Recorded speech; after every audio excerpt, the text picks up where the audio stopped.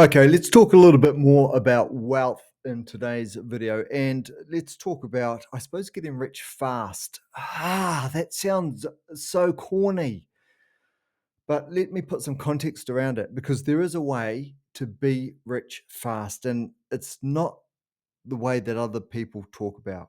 Okay, being rich fast essentially means you are spending less than you earn. That is the golden rule. Whenever you are spending less than you earn week to week, month to month, you're you're rich because what you've got a richness of wealth that is greater than your expenses. Look, let me give you another example. You know how comfortable you'd feel if you had something ridiculous like $100 million. Let's go even crazier. Let's talk about $1 billion. Right. You've got $1 billion. So you know you're rich. Your family, your friends, all going to get taken care of. When you cease to be on this earth, you might still have $980 million left, which means even though you had $1 billion, you only spent $20 million of it. That means the richness of the life you experienced only cost 20 million. I say only cost 20 million compared to the billion, meaning there was $980 million you didn't need. It made no tangible difference to your life. So take that same thought and go back to what I was saying before in terms of you are rich if you are earning more than you are spending. You've got that buffer going on. Now, there's always other things that we want to buy. I hesitate when I say that because there's been long periods of time I've been super content with what I've got. I love running. If you know me, you know I love running. And I have a fair few pairs of running shoes. They all fit a different purpose. But could I have way more pairs of running shoes? Absolutely. There are new pairs that come out with new technology that I want, but I simply don't need because the shoes I've currently got are fantastic and they have a lot of life left in them. If you think that I've got 10 pairs of running shoes and you're probably close to the mark for road running, could I have 20? Absolutely. There is another 10 pairs of running shoes that I would choose to buy right off the bat that I know enough about. And I would think, yeah, they'd be great to my rotation, but I simply don't need them. So, yes, when I talked about you could spend $20 million out of the billion, yeah, we could all come up with ways of spending 50 million or something ridiculous. But that aside, if you are earning more than you are spending, you are rich because you have that buffer. Whether that buffer is wafer thin and it's $5 a week or $10 or $20 a week, or it's a mammoth buffer like that example I gave, where during the whole lifetime only spent 20 million and had 980 million up your sleeve, that's a huge buffer. But if you are spending less than you are earning, you are rich. And that's what I mean in terms of you can be instantly rich. Because if you're earning more than you're spending, you've got the buffer, you're okay.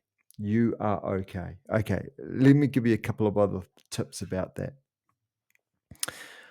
I don't have a budget. What I do is every week I look at my financial status. So, what I earn, what I've spent, the money I've got, the debts I owe. And I come out with a net figure. And that's my financial status. I don't look at things like the value of my house or anything like that. So the assets are really low level stuff. It's basically just cash on hand. And sometimes I'll look at my shares, but they go up and they go down. Your investments, my investments, your investments, all over the place, right?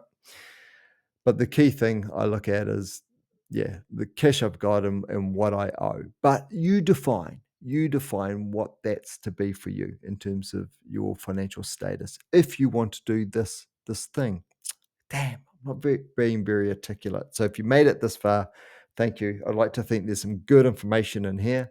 I'm probably not articulating it well as I should. But here we go. So, weekly financial status. So, where am I at? So, when I had a mortgage, when I first bought a house, which is going to be 99.9% of us, what I had in my bank was very small and my mortgage was really big. So, I was net negative. But every week, week in, week out, or thereabouts, that mortgage was coming down over time. So even though I had this big mortgage, by even looking at my financial position every week, it made me understand that I'm going in the right position. That the decisions that I was making, which is why I don't have a budget, the decisions that I was making were the good ones. If I was spending too much, I know I had to peel it back. And if I was spending under, then I had options. If I'm spending under what I'm earning, then my options can be I can buy something else, or what I tended to do when I first got my first house and my first mortgage was making extra payments to pay that mortgage off faster. So then every subsequent payment I made, the proportion between the balance and the principal, not the balance, excuse me, the interest and the principal were changing. Every payment I made, the interest for each next payment would be smaller and the principal I'd be paying off would be bigger, meaning I was accelerating the speed of which I was paying off my mortgage. So, when you are spending less than you're earning, you've got options. Best option is to invest. Let's break that investment down into two types. One investment is putting money in investments, and I'm not going to say which investments to put your money into because I'm not providing any financial information whatsoever or guidance. This is all about what I did. Take from it what you will. But what I did invest in was a fund that just covered the bigger shares across the share market. So the diversification in the fund was covering all the shares across actually a number of markets. So diversified that way. So low cost share. And because it wasn't a managed investment fund, that's why it was low cost. It was just, the top 50 shares and the top, whatever it was, 6 share markets across the world. And boom, there it was. So the second element of investment is paying off debt. I went down that path first. So with the mortgage, it was a case of pay that off fast as I can, as quickly as I can. Now, high risk, but if you're on a winner, if you know by investing that money that you would otherwise use to pay off your mortgage would, bring back way much, be way more powerful in terms of financial growth and paying off your mortgage, great. But I could never see a winner. And even now, in all my years, I've picked some winners, but I've picked some absolute losers. I still would not back myself at 52 years of age to pick a winner. That said, I'm still sort of got some investments against some things I hope to be winners. But those are your two options. You pay off your debt or you invest the money. Again, what I did, pay off the debt first. Get rid of the debt. Once you get rid of the debt, you're closer to financial freedom. That was my definition of financial freedom. The other thing I want to say is I talk about earning more money than you spend week on week. Will that always be the case? No, it won't. There are some weeks you're going to go backwards. So there's going to be an extraordinary bill that turns up. You have an accident in your vehicle. There's some medical situation that happens, or simply with your sporting pursuit, say you're a cyclist and you buy yourself a new bike, and that bike is going to be on top of your other normal expenses. It's going to put you in deficit for that week, and it might take you 3 or 4 weeks, or maybe more, 3 or 4 months, or maybe a year to break even with that payment you made on the bike. Though, with that said, if you're getting close to a year, yeah, it's probably not the right decision. Again, just my thoughts, not advice. So, Earn more than you spend every week, but know that there will be some weeks or a number of weeks, especially if you have a small child, where you are going to be going backwards, but you can't go backwards too often. If you go backwards, I'm just going to pick a number here, 6 weeks in a row, you've got a trend, you've got a problem. You are, there's very, very unlikely you're going to have extraordinary circumstances happen week after week for 6 weeks. That means it's whatever's happening is probably normal life for you, and then you've got an issue because you're spending more than you are earning, which means you're, oh, I suppose if I use the definition of you are rich, if you are earning more than you're spending, then conversely, you're poor.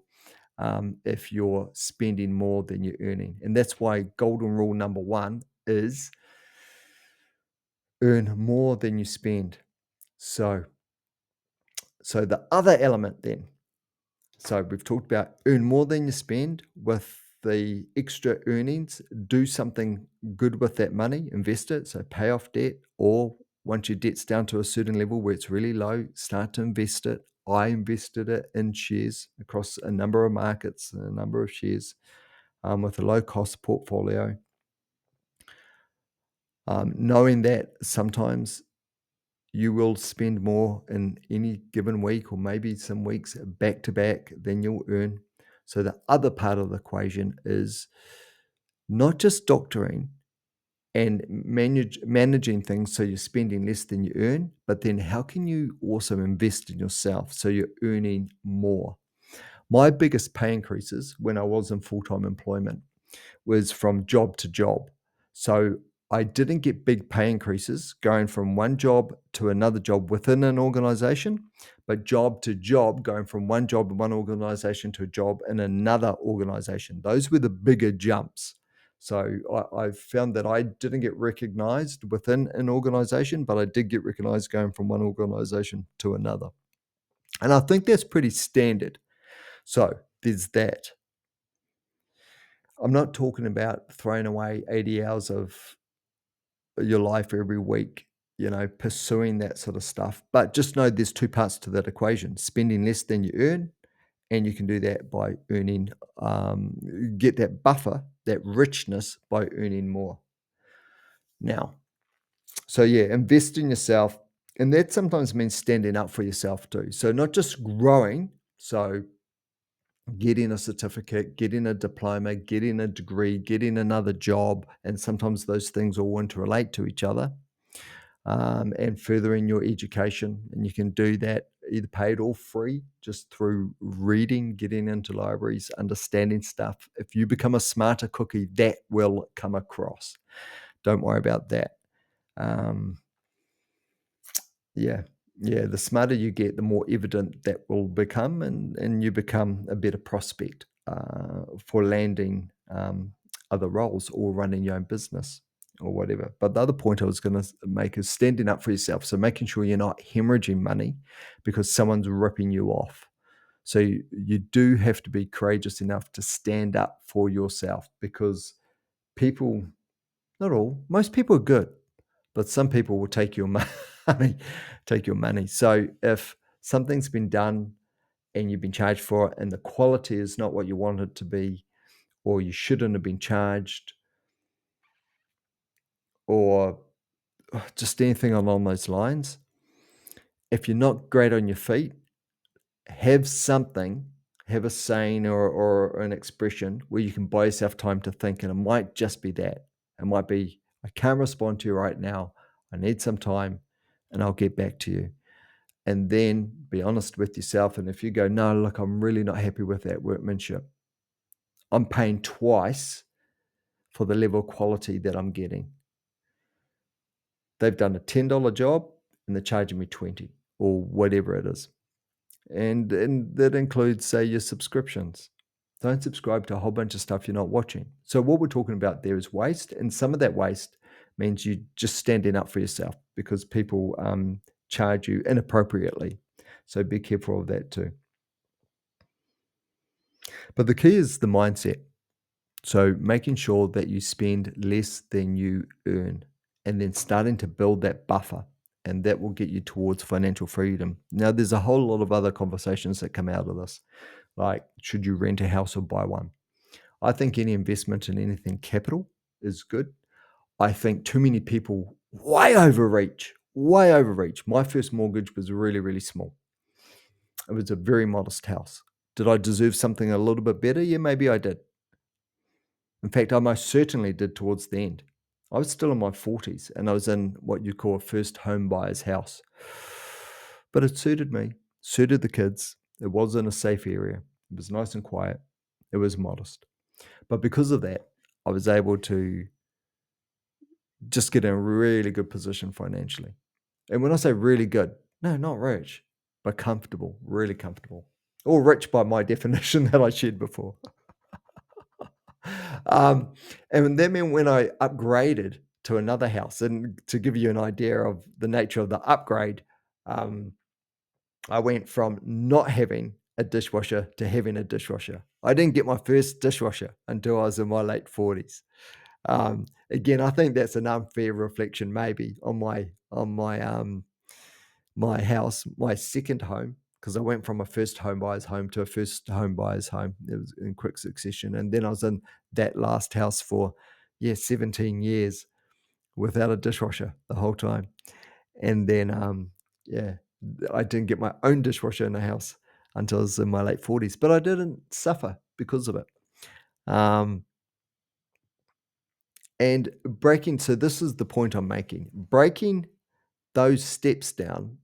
Well, instead of getting a big, massive mortgage and a great house right off the bat, by breaking it into two smaller mortgages, I paid them off way faster at much less cost because the last dollar you pay off in the mortgage is the one that costs the most. So any other dollar you spend before you pay off that last dollar is going to cost you a lot more than. So the way I'd frame it in my mind is that chocolate novelty bar that I was buying when I first had a mortgage, that wasn't a $1 bar or £1 bar or €1 bar. It was effectively going to cost me $3 or £3 or €3 because that was going to now be, that could have been the last dollar I was going to pay off. So the dollar I spend on that bar pushes out that last dollar I'm going to pay off by $1. Spend $1,000, that last thousand I'm going to pay off has now been pushed out by $1,000 because of the spending. Now, I'm not talking about living on just noodles and stuff, though I did that for a period of time because well, not quite noodles, but I was really careful about my eating, and I had a racing bike. I used to love racing, so I just rode my bike the whole time. That was it. I didn't need a whole bunch of other stuff. So I had you know, a modest house and a nice bike, and that's all I did. I rode, I ate, I slept, I worked, not too hard, and yeah, managed my finances every week, every week. And if I was $20 up, we're talking a long time ago, we're talking 1995, so $20 probably isn't a lot. But when I was $20 up every week, then yeah, that was really great. But then if I had, had to service the car and that was $400, you know, that was a big hit back then. But going back to what I was saying, yeah, do you buy or do you rent? You know, that's completely up to you. Um, what I would say is don't spend money on highly depreciable items. So when I was first had, well, let's actually go through the maths on this then. So if we're talking thousands, yeah, the first house I bought was under $200,000. I think it was $187,000. We're going back a long way. Bear with me. But the car I owned at that time was probably only worth about 3,000. So yeah, what's that? 1.5% of the value of the house. So what I'm saying is, don't buy now an $800,000 house with a $600,000 mortgage and have an $80,000 car. Don't. That's not advice. That's me saying don't to myself. I would never advocate because here's the thing, right? The $600,000 mortgage on your house, I can probably get. I can probably get, meaning I can probably understand that. If I had a $200,000 deposit, I'd be looking for a $600,000 house, not 800,000, because that extra $200,000, you can put it into your mortgage calculator and work out how much that's going to cost you over the period of your loan. It's going to be phenomenal. The last dollars cost way more than the first dollars to pay off. It's just the way it works. But having an $80,000 car on top of it, that's worth $80,000 the first year and $68,000 year two, and then what's that? 12,000 depreciation next year, probably 10,000 depreciation, so down to 58,000 next year, 9,000 depreciation, down to 49,000. I mean, you're going to find with the depreciation of your vehicle, especially if you spend $80,000, you're going to be looking at $200 or whatever the units say a week. It's going to be costing. It's going to be $800 a month in terms of depreciation. That's insane. And especially when I was a young pup, we only had two things. If we're getting around in cars, if you're paying and not, flicking your mates money for petrol, it was these two things. You either owned your own vehicle or you caught a taxi. That was it. I'm talking outside of, cycling, walking, taking the bus, stuff like that. Those were your only options. Now, what you've got now with taxis and Uber and rideshare vehicles like Mevo and the like, you've got so many options. Why even own a car? If you've got, and I don't know if Mevo is just a brand in New Zealand, but if you've got cars that you can just hire via an app and they are close to you, close to your home. So 80% of the time when you need a car, it's from home and they're right there. Why would you even own one? Especially when you take into account the depreciation. If you're going to spend $100 using a vehicle, do that rather than $200 depreciation. Anyway, that's on the side. So the last thing to do with that mindset is don't spend huge amounts of money on highly depreciable items. You'll get away with it if you buy a $800,000 house with a $200,000 deposit and you buy an $80,000 car and you're earning $500,000 a year. You go to earn $500,000 a year in the next couple of years, then you'll be fine. Then you'll be fine because the cost of that finance won't be huge. But if you're on $100,000 a year and you got a $600,000 mortgage, maybe you and your partner together on $160,000 or $180,000 a year, and you've got an $80,000 car, my mind, pure madness. Okay. So yeah, think about, in terms of the mindset, think about rich being something different. If you are earning more than you're spending as a trend over time, you're rich. Because unless you're missing out on something you need, then you're rich. As long as you're not going without, you're rich. Know that you can increase what you earn. Going from organization to organization, it can be a healthy bump. Make yourself valuable. Sometimes you need to pay for that through university or tertiary education. And sometimes you can do that through your own training. With that buffer, make sure you invest it. Invest it might be just putting it in the bank. I don't know. I'm not going to give investment advice because I'd hate for anything I say to go wrong. Know that invest in it can mean two things. You put the money towards something, an asset, not a highly depreciable item like a car, or you pay off your debt faster and more aggressively. That was option one for me before I went to option two. Invest in it. You are going to go backwards every so often. Don't worry about that. It's when you go backwards for weeks in a row, then you've got a problem and you need to rethink things. I don't do a budget. I do a weekly statement of financial position and you can define what comprises it every week, but you look at those same components week in, week out and see. So yeah, initially for me, it was what I owed and what I own. So for example, if I had cash in the bank, that was a number, what I own. If I had two bills that have just arrived for power and for gas, then those are bills I owe and the mortgage. And then I total up those three totals and it'll give me a net figure, which is negative because I owed more than I owned. And then it was a case of getting that, making sure that number was coming down over time. Then I knew I was going in the right position, in the right direction. That's it. If you've got any questions, let me know. Look, thank you for your patience. I had no idea this was going to be 25 minutes, but yeah, look, if you made it all the way to the end, yeah, maybe put that in the comments. Just put the word end. If you made it right to this point, and I'll know, only people who reach the end would know to put end in the comment. You are an absolute legend. But more than that, the whole purpose of these videos, the whole purpose is to make sure that I'm sharing things that made life more simple, easier, and help me perform better. And I'm sharing those with you. So I know that these things worked for me. So I'm not sharing just concepts or ideas. They worked for me. Whether they work for you or not, I don't know. But if there's anything in this that you can steal to make life more simple, make life easier, or to help you perform better, do that. That's the purpose of these videos. If you want to stay across other videos, you know what to do. Hit subscribe. That is free. What isn't free is the amount of time you spend watching these things. So be choosy about that. All right, take care. Catch you in the next one. Bye.